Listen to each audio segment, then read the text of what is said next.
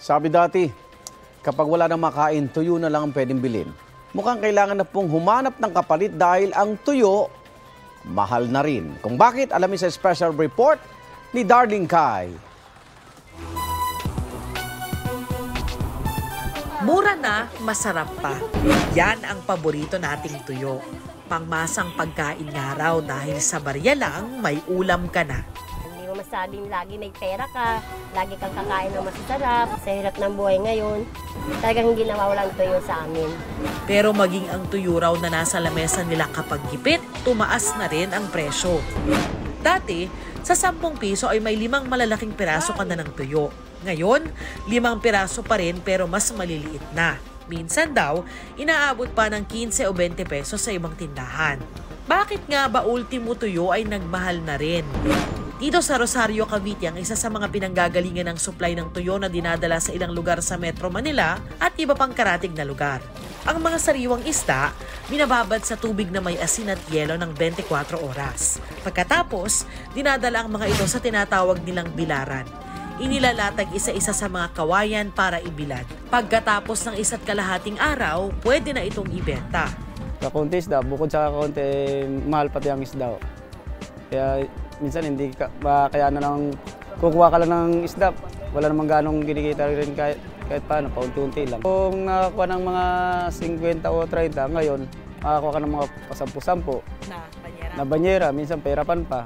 Kung dati nasa 1 hanggang 2,000 piso lang daw ang kada banyera ng sariwang tamban o salinas, ngayon 2,800 hanggang 4,800 pesos na. Kung ano yung bilad namin, yun lang ang pinaka-base na babayaran sa amin. Di gaya nung nakaraang araw, ng lamak ng 100 banyera, kumikita kami ito ng kulang-kulang 500 sa isang tao. Half day lang yan. Ngayon, ito, kita ko pala ngayon, wala pa 100. 2 banyera lang ng sariwang salinas na isda yung dumating kila Kuya Ronnie. Dati raw 50 banyera yung ginagawa nilang tuyo. At kung makikita nyo dito sa kanilang andayan o bilaran ng isda, ngayon patsi-patsi na lang yung merong isdang tinutuyo. Pero dati raw punong-puno ito. Dati, 80 pesos lang ang kada kilo ng tuyong tamban. Ngayon, 150 hanggang 170 pesos na. Ang dati namang 150 pesos kada kilo ng tuyong salinas, 250 hanggang 360 pesos na ngayon. Pagdating dito sa bagsakan, papatong pa ang mga nagtitinda ng hindi bababa sa 15 pesos kada kilo. Pansin din daw ng mga nagtitinda rito sa Malutondo ang pagmahal ng iba't ibang klase ng tuyo at daing. Halos doble kumpara nung nakaraang taon. Kwento mo naman. Kasi pag bunsod na din ng gasolinan, pagtaas ng krudo. Kasi pag mataas, tataas din talaga itong paninda. Kakaunti rin daw ang dumarating na supply. Kung dati, 80 kahon ng tuyo ang ibinabagsak sa kanila, ngayon 40 na lang. Mahal yan, dang baling bilihin. Kay mahal man ang labas. Di mahal rin ang tinda namin. Okay lang, makapatong lang kami ng 10-15. Sabi ng mga gumagawa ng tuyo, kakaunti ang huling isda dahil malamig ang panahon. Bagamat kahit daw hindi taglamig, kakaunti talaga ang mga nahuhuling isda kumpara dati. Ayon naman sa LGU ng Rosario, Cavite, nagbibigay daw sila ng 5 hanggang 10,000 pisong livelihood assistance sa mga mangingisda o magtutuyo na lalapit sa kanila.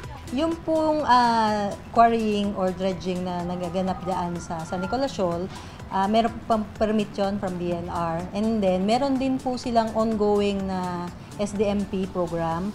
Yung po ay parang livelihood project ng mga asosasyon or organisasyon ng mga mangingisda, magtutuyo, magtatapa na binigay po ng part ng programa ng social responsibility nung nagka-quarrying. Sabi naman ng Bureau of Fisheries and Aquatic Resources, isa rin daw sa posibleng dahilan ng limitadong supply ng mga isdang ginagawang tuyo ay ang closed fishing season sa Zamboanga Peninsula. Pangunahing ginagawang tuyo kadalasan dito sa ating bansa ay yung sardinas o yung tamban. At dapat nating maintindihan na sa ngayon, nagsimula noong December 1 at magtatapos ito sa katapusan pa ng Pebrero, ay nagpapatupad tayo ng closed fishing season for sardines sa Zamboanga Peninsula na siyang pangunahing pinagkukuhanan natin ng tamban dito sa bansa.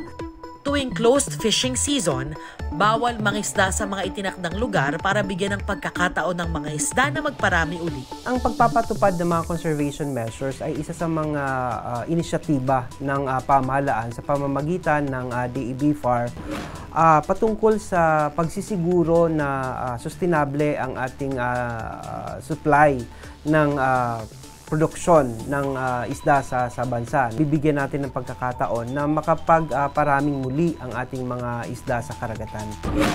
Ito ang unang balita. Darlene Kai para sa GMA Integrated News.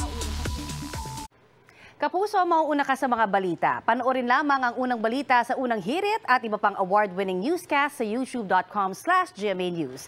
I-click lamang ang subscribe button. Sa mga kapuso abroad, maaari kaming masubaybayan sa GMA Pinoy TV at www.gmanews.tv.